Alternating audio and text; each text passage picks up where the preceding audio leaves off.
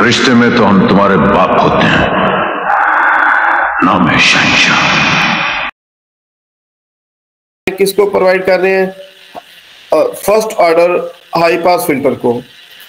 और first order high pass से filter से जब सिग्नल गुजर के जाएगा तो वो फिर इनपुट बनेगा first order low pass filter की। सही है। And then you have the final output. तो देखिए आपके पास सीरीज में आपने high pass filter, high pass active filter और लो पास एक्टिव फिल्टर को आपने सीरीज में दोनों को लगाया हुआ है। यहाँ पर आप इसकी स्टेटमेंट जरा पढ़ते हैं। Multiplication of voltage transfer function mean the amplifier active filter circuits are connected in series। तो वो कहता है कि जब हम ट्रांसफर फंक्शंस को मल्टीप्लाई करते हैं तो सर्किट की फॉर्म में उसका मतलब ये होता है कि उन दोनों सर्किट्स को, जो लो पास और हाई पास सर्किट है, उनको हमने सीरीज में कनेक्शन किया हुआ है। तो अगर वो सीरीज में कनेक्टेड है तो उनके जो ट्रांसफर फंक्शन हैं वो आपस में मल्टीप्लाई हो रहे थे। The first order band pass filter circuit is shown below, which is shown here. Normally KHP is equal to KLP। तो वो कहता है कि अगर ये कब होगा basically KHP is equal to KLP। ये KHP क्या है? Gain of high pass filter, KLP gain of low pass filter. ये आपस में बराबर कब होगी? जब R1 प्राइम के बराबर होगा और RF प्राइम के बराबर होगा, तो ये दोनों आपस में इक्वल वैल्यूज होगी। सही है कि नहीं? इसी तरीके से जो आपके पास FL है वो किसके बराबर है? FL इज रेजोनेंट फ्रीक्वेंसी या cut off frequency of a high pass filter which is equal to 1/2 pi RC। FH is equal to 1/2 pi R prime C prime. Same equation है। जस्ट आपके पास ये जो कंपोनेंट्स है resistance and capacitance, उनको differentiate करने के लिए हाई पास के कंपोनेंट्स को और लो पास के कंपोनेंट्स को, लो पास के कंपोनेंट को हमने प्राइम में रिप्रेजेंट कर दिया, प्राइम के साथ, और जो हाई पास के कंपोनेंट्स हैं उनको विदाउट प्राइम साइन के रिप्रेजेंट किया। तो this is the only difference. Otherwise we have same equation for FL and for FH। लेकिन यहाँ पर R प्राइम का मतलब ये है कि वो रेजिस्टेंस जो कि इनपुट पर लगा हुआ है लो पास फिल्टर के, और C प्राइम से मुराद वो कैपेसिटर जो लो पास सेक्शन में लगा हुआ है। Whereas R is the capacitor which is used with the high pass filter and C is the capacitor which is used with the high pass filter. So ये दोनों equation जो है, FL जो है हाई पास के लिए है, FH जो है ये लो पास के लिए है। इसी तरीके से KHP is the gain of high pass filter which is equal to 1 plus RF over R1, and KLP is the gain of low pass filter which is 1 plus RF prime over R1 prime। सही है। तो ये आपके circuit की description हो गई। सही है। अब देखिए ये इंतहाई सिंपल है। तो मतलब ये जो सर्किट है इसकी डिस्क्रिप्शन जो है, तो ये अब आपके पास एक बैंड पास फिल्टर बन गया है जिसका रिस्पांस, जैसे कि आप यहाँ पर इस फिगर 61 में, स्लाइड नंबर 61 के ऊपर आप देख रहे हो, तो ये रिस्पांस आपको ये जो सर्किट है ये शो करेगा। सही है। क्योंकि इसमें इस सर्किट में हाई पास और लो पास दोनों जो है ना वो कंबाइन हो चुकी है। नेक्स्ट पेज के ऊपर एक एग्जांपल है, वो कहता है design A band pass filter with approximately constant pass band gain. यानी कि आप डिजाइन करें band pass filter with approximately constant pass band gain. तो आपकी जो पास बैंड है उसमें जो गेन होनी है वो कांस्टेंट होनी है। पार FC is equal to 2 kilohertz. तो इसकी जो सेंटर फ्रीक्वेंसी है ना वो कितनी है? 2 kilohertz. Bandwidth is 1 kilohertz, KPB is 2। सही है। KPB is 2 with first order low pass and first order high pass filter। Determine the Q value। सबसे पहले तो हमें इस सर्किट को डिजाइन करना है, और डिजाइन करना है कि उसकी जो क्रिटिकल फ्रीक्वेंसी है, सॉरी ज्योमेट्रिक सेंटर फ्रीक्वेंसी जो है वो 2 किलोहर्ट्ज के ऊपर हो। और FC है क्या? FC is product of FL and FH और उसका स्क्वायर रूट। ये एफ सी है। बैंडविड्थ क्या है? F L minus F H, वो कितना है? 1 किलोहर्ट्ज। यानी कि बैंडविड्थ जो है ना वो 1 किलोहर्ट्ज का बैंडविड्थ होना चाहिए। और इसकी जो गेन है वो कितनी होनी चाहिए? के पी बी, वो कितनी होनी चाहिए? 2 होनी चाहिए। तो ये हमें लो पास और हाई पास फिल्टर जो है ना उसको यूज करते हुए हम इसको बनाना है। सही है। तो इसको हम देखते हैं जी, इसको सॉल्व कैसे करना है। कहते हैं assume K P B is equal to K H P times K L P, और इसका हमें पहले पता है। सही है कि जो बैंड पास फिल्टर है उसकी जो गेन है वो प्रोडक्ट है लो पास और हाई पास फिल्टर का। इसमें एफ एच प्राइम जो है वो एफ एच के बराबर है, और एफ एल प्राइम जो है वो एफ एल के बराबर है। सही है। अब के पी बी जो है वो K H P time K L P which is equal to 2। तो हम कहते हैं जी let K H P is equal to K L P. Suppose करो कि ये दोनों आपस में बराबर हैं, यानी कि लो पास की गेन और हाई पास की गेन दोनों आपस में बराबर है। सही है। तो अगर ये दोनों आपस में बराबर हैं तो इसका मतलब हुआ कि के एच पी और के एल पी दोनों आपस में बराबर हैं, और ये के बराबर है। अगर ये के बराबर है तो ये के स्केयर हो गया, यानी कि के स्केयर इज इक्वल टू 2। सही है। और के किसके बराबर हो गया? K is equal to square root of 2, यानी कि 1.4142। इसका मतलब हो गया कि इंडिविजुअली जो गेन है लो पास की और हाई पास की वो कितनी है? 1.4142 इसके बराबर है। सही है। तो अब हम डिजाइन कर सकते हैं के एच पी को और के एल पी को। कैसे डिजाइन कर सकते हैं कि के एच पी जो है ना वो है 1 plus R F over R one, और के एल पी जो है वो है 1 plus R F prime over R one. तो इसमें R F over R one और R F over R one prime, ये जो दोनों चीजें हैं इसको 0.4142 के बराबर होना है। सही है। 0.4142 के।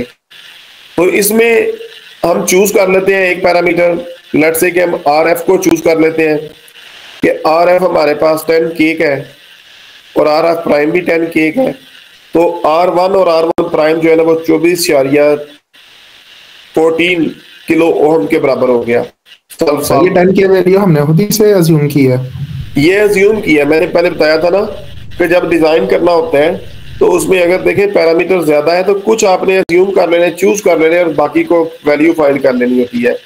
तो सम क्राइटेरिया लगा के यहाँ पर इसने जो लोडिंग इफेक्ट है उसको या करंट को रिड्यूस रखने के लिए, कम रखने के लिए इसकी जो वैल्यू है वो 10 किलो हम चूज की है। इस रेजिस्टेंस की आप 10 कर सकते हैं, 12 कर सकते हैं, 15 कर सकते हैं, 20 कर सकते हैं, कोई भी वैल्यू जो जस्टिफाइबल हो वो चूज कर सकते हैं। सही है। आपका प्रोसीजर करेक्ट होना चाहिए, उसमें जरूरी नहीं है कि वैल्यू 10 के ही की चूज हो। ओके। तो ये हमारे पास देखें हमने डिजाइन करना था जिसमें के पी बी को फिक्स करना था, वो हमने कर लिया। हमने आर एफ और आर वन का वैल्यू सेलेक्ट कर ली। आर एफ और R one, R F prime और आर वन प्राइम की वैल्यू सेलेक्ट कर ली। अब हमने नेक्स्ट स्टेप की तरफ जाना है जिसमें हमने जो बैंडविड्थ है वो 1 किलोहर्ट्ज का एस्टेब्लिश करना है, और एफ सी जो है ना वो 2 किलोहर्ट्ज की एस्टेब्लिश करनी है। तो एफ सी जो है वो है हमारे पास square root of F H and F L, ये 2 किलोहर्ट्ज हो गया। बैंडविड्थ जो है ना वो F H minus F L है। इसको देख लें, इसकी इक्वेशन क्या थी? ये F H minus F L, higher frequency minus lower frequency, ये आपके पास बैंडविड्थ है। तो B W is equal to F H minus F L, ये 1 किलोहर्ट्ज है। ये दोनों चीजें गिवन है, एफ सी भी गिवन है, बैंडविड्थ भी गिवन है, ऊपर आप देख लें। अब जो है ना हम क्या करते हैं कि हम एफ एल जो है इससे निकालते हैं ऊपर वाली इक्वेशन से। और वो कैसे निकालेंगे कि भाई दोनों साइडों का स्केयर ले लो, इसका भी स्केयर ले लो, इसका भी स्केयर ले लो, तो ये बन जाएगा F H times F L is equal to 4 kilo, यानी 2 किलोहर्ट्ज का स्केयर, 2 किलोहर्ट्ज का स्केयर बन जाएगा। तो एफ एच को दूसरी तरफ ले जाओ तो ये बन जाएगा F L is equal to 2 kilohertz का स्केयर ओवर एफ एच, ये वाली वैल्यू। इसको चूज कर लो, यूज कर लो इस इक्वेशन में, ये 2 में, तो आपकी इक्वेशन रह जाएगी सिर्फ और सिर्फ एफ एच की फॉर्म में बन जाएगी। F H square minus 1 kilo hertz time F H minus 4 mega is equal to 0। ये क्वाड्रेटिक इक्वेशन बन गई इसमें एफ एच में, और वो जो क्वाड्रेटिक इक्वेशन बनेगी उसको क्वाड्रेटिक फार्मूला लगा के सॉल्व करें तो एफ एच की वैल्यू आ जाएगी 2561.6 हर्ट्ज। ये वैल्यू आ गई आपके पास।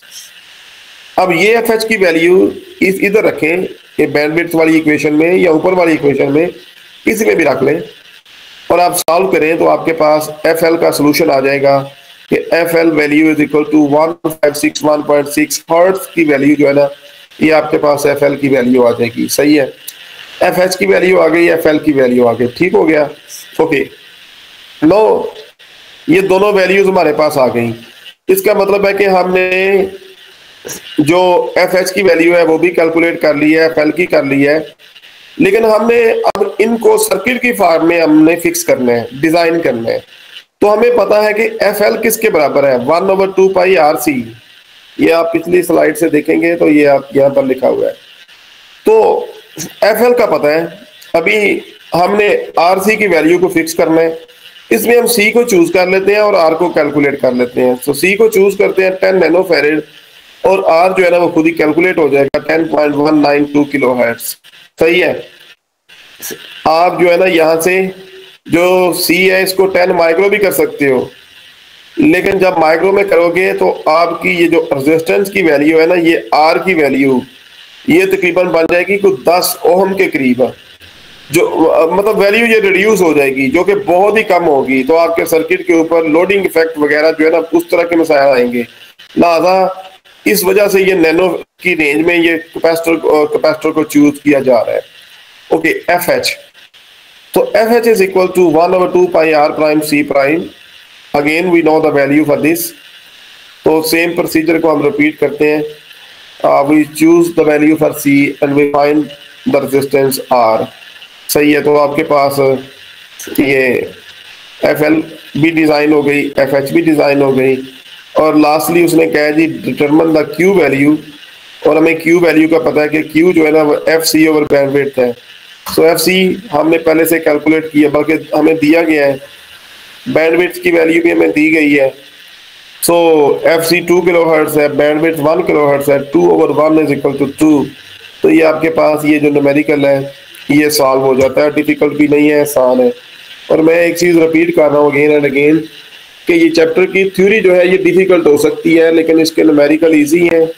आपने बस अपने हाथों से बार बार सॉल्व करने हैं, अंडरस्टैंड करने हैं, और ये मतलब इजीली आप एग्जाम में सॉल्व कर सकेंगे। ओके, नेक्स्ट जी हम चलते हैं band pass filter with pass band gain peak. सही है, band pass filter with A pass band gain peak. तो यानी कि सबसे पहले ऊपर दोबारा जाते हैं, यहां पर दो किस्म के फिल्टर्स हैं दो किस्म के फिल्टर्स हैं। Band pass filter with constant gain KPB, जिनमें ऐसे फिल्टर हैं जिसमें जो है ना गेन जो है वो सर्टन रेंज के लिए, जो बैंड पास बैंड है उसकी रेंज सर्टन रेंज के लिए गेन उसकी कांस्टेंट होती है। लेकिन फिर दूसरे फिल्टर्स हैं वो भी बैंड पास फिल्टर्स ही हैं, जिसमें band pass filter with a KPB peak, जिसमें गेन की मैक्सिमम वैल्यू जो है ना वो सिर्फ एक फ्रीक्वेंसी के ऊपर एग्जिस्ट करती है, जो कि एफ सी है, ये आप देख सकते हैं यहाँ पर। लेकिन यहाँ पर वो मल्टीपल फ्रीक्वेंसीज के लिए ये मैक्सिमम गेन जो है ना एग्जिस्ट करती है। जो भी हमने पहला फिल्टर पढ़ा है वो इसके इस तरह के ग्राफ को रिप्रेजेंट करता है, ये इस तरह के ग्राफ को प्रोड्यूस करता है, इस तरह के ऑपरेशन रिस्पांस के लिए। दूसरा सर्किट जो पढ़ने लगे हैं वो विद केपीबी पीक, तो वो इसको रिप्रेजेंट करेगा, ये इसके रेलेवेंट है। ओके, तो वो कहता है द ऑप एम्प, अभी जो इसका सर्किट है ना band pass filter with pass band gain peak, तो